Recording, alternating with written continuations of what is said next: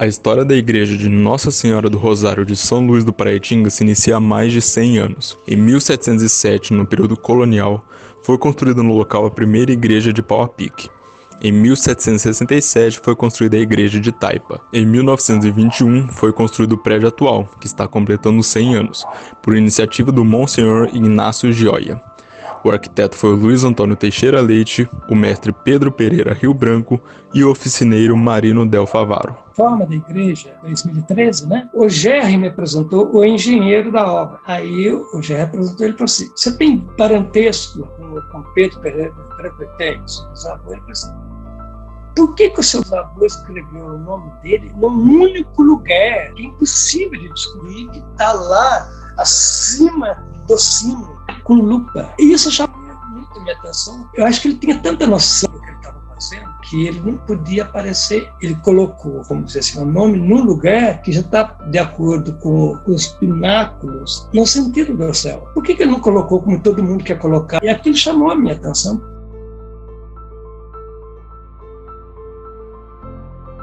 Os pais do Monsenhor Gioia queriam que ele fosse médico. E um dia os pais acharam uma carta em cima da mesa dizendo: estou no seminário. Fazer o quê, né? Os pais concordaram e já tinha 2 irmãos padres. E ele se ordenou e um dia foi passear no cais do porto. E viu um navio zarpando. Ele viu escrito Brasile. Aí acendeu esse desejo de ser missionário aqui no Brasil. Então ele veio aqui para o Brasil. E Dom Epaminondas nomeou o pároco de Queluz. E depois ele foi transferido aqui para São Luís. E a igreja do Rosário era a joia do Monsenhor Gioia. Ele amava muito aquela igreja. Quando ele ficou doentinho, ele já não podia mais descer na matriz e ele celebrava lá. E aquilo lá era tudo. Monsenhor Gioia faleceu em 1961. Foi enterrado no cemitério atrás da igreja, no túmulo da família Domingues de Castro. E depois, em 1976, foi trasladado para dentro da igreja, como era de sua vontade. Quem cuidava, o padre Tarcísio, se ordenou e foi coadjutor dele 2 anos. E quando o Monsenhor Gioia ficava doente e tudo, ele que levava o Monsenhor Gioia para Guaratinguetá, no médico, tudo, e precisava às vezes ficar internado e dizia assim: olha, me leva embora que eu quero morrer lá entre meus amigos. Levava o Monsenhor e trazia, que ele queria morrer entre os amigos. Ele tinha 2 irmãos padres na Itália e eles sabiam que ele passava dificuldade. Ele não tinha um tostão para o caixão. Pobreza extrema, e o amor dele era incalculável aqui para o São Luís. E ele queria ser sepultado, então, no Rosário. Acontece que Dom Francisco de jeito nenhum autorizou. Aí foi emprestado, nem túmulo tinha para ser enterrado. Aí foi emprestado da Dona Sidoca, aquele dos barões. Foi sepultado lá. Quando Dom Francisco renunciou, aí foi trazido os restos mortais ali para a igreja. Acontece que os restos mortais dele, eu também participei ali. Tinha só poeirinha, quase nada, um pouquinho de cabelo, porque na época que foi sepultado ali, depois que o povo saiu, o padre Cursino mandou pôr cal virgem, aí destruiu tudo. O que, assim, chamou atenção é que a coroa de flores que os professores fizeram homenagem para ele, estava perfeita como se tivesse colocado naquela hora. Flores artificiais, eram orquídeas brancas, que estavam no pé do caixão lá, na urna que ele ficou. Com a enchente de 2010, a Igreja do Rosário funcionou como centro de apoio à população, e a relação que a cidade já tinha com a igreja foi reforçada com esse evento. Ela foi a única igreja que sobreviveu à enchente no centro histórico. Olha, eu sempre falei isso. Deus coloca as pessoas na hora certa, no lugar certo. O Padre Edinho, que Deus o tenha, era uma pessoa muito alegre, muito... Só que na enchente, ele foi a pessoa que Deus colocou, porque ele não pensou 2 vezes. Quando ele viu o desespero do povo, ele abriu a igreja. Foi na noite, na madrugada, na primeira noite, quando começou a cair prédio, ele abriu a igreja, não tinha banheiro. Eu fui lá, fiz várias garrafas de café, levei lá para o pessoal, e ele abriu tudo, ele não quis saber quem ia tomar conta da chave, se ia ter alguém responsável. E depois também a distribuição de coisa, né? Porque ali os primeiros, acho que 5, 6 dias, a Casa Paroquial e a Igreja do Rosário foi importantíssima para fazer comida, para distribuir para as pessoas, para começar a receber donativo, para fazer a distribuição. Porque assim, a Igreja do Rosário, ela não foi atingida diretamente pelas águas, mas ela foi atingida pelas chuvas daquele ano. Tanto que na noite, né, de 31 de dezembro de 2009 para 2010, muitas famílias, e depois nos dias da enchente, muitas famílias se abrigaram na igreja. Lá foi o primeiro ponto, assim, de distribuição de alimento, de água, no momento em que a própria população estava se organizando ainda. A gente não tinha o exército, porque não era possível fazer a travessia do rio, né? Então, ela foi um ponto muito importante, tanto nos dias da enchente, como no decorrer, né? Acho que não teve nenhum problema em consequência de ter feito isso, ter aberto, ter liberado, para que as pessoas pudessem usar naquela hora, não só como igreja, mas como um abrigo mesmo, né? Eu acho que assim, não dá para começar a falar em projetos sem falar da Lívia, né? Que é uma perda muito grande para a gente como profissional. Ela sempre foi uma referência nessa parte, vestir a camisa mesmo do patrimônio histórico do Vale do Paraíba. E a Lívia, para nossa sorte, assim, ela já tinha o levantamento dos principais levantamento e muitos projetos dos principais prédios da cidade. Então, ela já tinha isso antes da enchente. Então, quando, na situação da enchente, ter esses levantamentos e ter esses projetos, eles foram imprescindíveis para acelerar esse processo, tanto da Igreja do Matriz, como da Igreja do Rosário, como do Mercado Municipal. Então, assim, ela tem um papel muito importante nesse processo de reconstrução, e por isso que eu acho que é imprescindível falar nela e deixar registrado aqui, né, a imensa perda que a gente sente muito. Na época, não sei se cabe muito falar agora, mas veio na minha cabeça, porque foi uma coisa que teve um apelo popular muito grande, foi a questão da cor da igreja, né? A igreja, em algum momento, ela foi pintada de marfim, e aí essa cor ela foi se, com a ação do tempo, né, foi descascando, e quando a gente pegou, ela estava com aquelas manchas de umidade.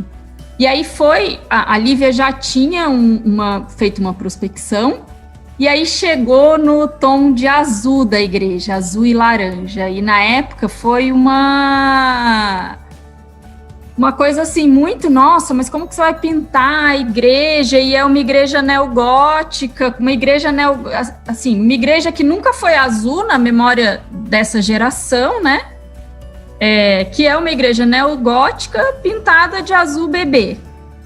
Existe um fio uma linha muito tênue nessa questão da identificação, do reconhecimento. Então, não adianta você fazer um projeto super técnico, e que a população não se identifique. Ao mesmo tempo, você também não pode ficar dessa questão de coração e de emoção, porque aí você acaba perdendo essa memória técnica, né? E essa memória de estilo.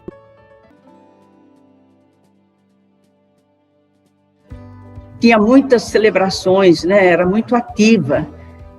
Naquele tempo também o povo vivia em torno da igreja, não tinha assim muito o que fazer, essas internet, tanta coisa, e era mais unido com a igreja em tudo. Olha, a Igreja do Rosário, ela tem uma relação assim de amor, de carinho com a comunidade, embora ela seja uma igreja menor, que não seja usada diuturnamente, mas a maioria dos padres sempre fizeram alguma celebração, pelo menos uma vez por semana, na Igreja do Rosário. Essa relação da população que deve ter vindo da primeira capelinha do século XVIII, ela, de certa forma, ela permanece na memória coletiva. Eu mesmo fui lá porque a minha casa foi invadida pela água, né? E perdi praticamente um monte de coisa aqui e estava sem poder nem entrar na casa, que estava interditada. Então eu dormia dentro do carro, mas onde eu me alimentava? Café da manhã, almoço, era na Igreja do Rosário. O que mais eu admirei é que as pessoas que estavam cozinhando, as pessoas que estavam servindo, as pessoas que estavam organizando essa alimentação, da qual eu me beneficiei, eram pessoas que tinham perdido tudo na enchente e foram para a casa paroquial, foram para a Igreja do Rosário trabalhar para as outras pessoas. Isso é a solidariedade. À noite, depois da iluminação, depois da enchente, você olha da praça, aqui é mágica a visão que você tem da Igreja do Rosário. A gente percebe que as pessoas têm um carinho. Quando perguntam onde eu moro, eu não falo nome de rua, não falo nada, eu moro ao lado da Igreja do Rosário. Essa relação mais de fé, né? Mais de fé católica. Não é que tem a relação, vamos dizer, a relação é católica, onde a pessoa vai rezar com fé, não é? E assistir às missas com fé. Eu acho, na minha opinião, é essa, né? É a fé que as pessoas têm do templo de Nossa Senhora do Rosário, né? Porque lá também nós temos o Divino Pai Eterno, né? Que a pessoa, tem muitos que são devotos do Divino Pai Eterno. Então eu acho que é a fé, mas é a fé cristã. Essas coisas fazem parte da gente de um jeito que é meio que inexplicável, assim, né?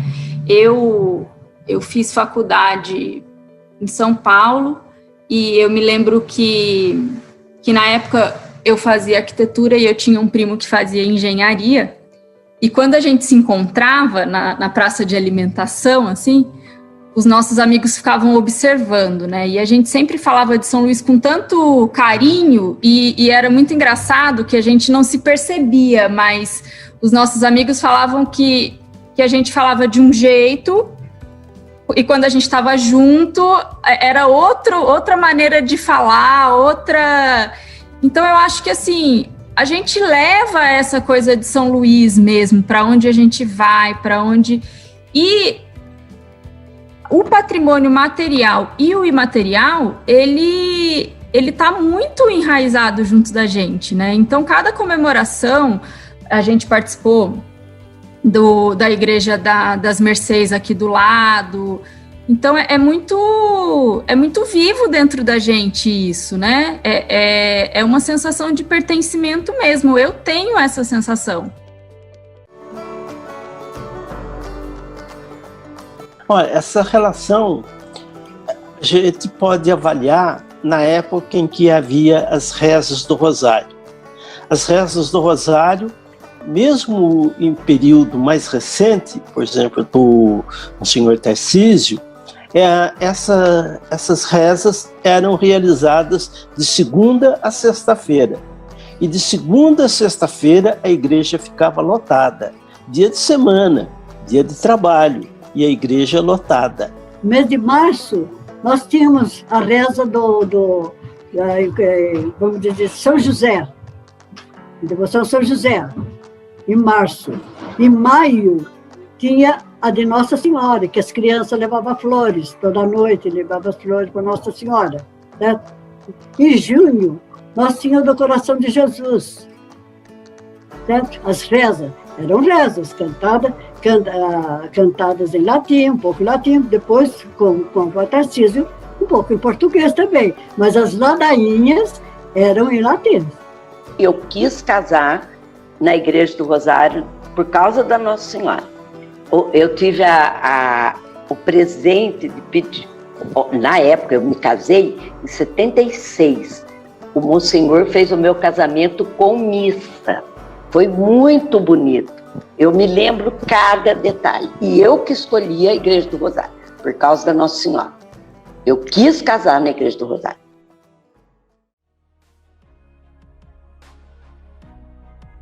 Foi muito antes de existir a cidade como ente jurídico, já existia a devoção da Igreja do Rosário. Eu vejo isso uma sobrevivência assim, muito secular. E outra forma é a sobrevivência também do trabalho do Monsenhor Inácio Joia.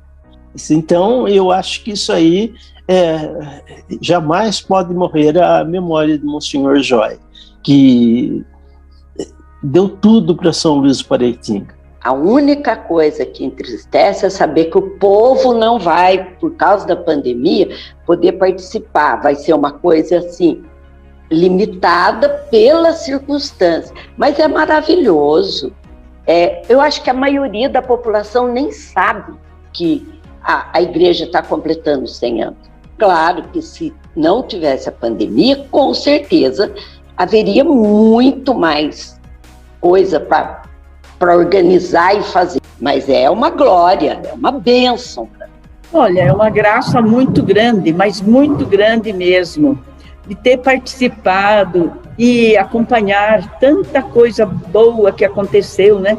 Então, não tem explicação isso aí, é uma graça muito grande mesmo e merece ser celebrada, porque não pode deixar passar, são graças muito grandes. As paróquias, as igrejas, elas são o aconchego do povo.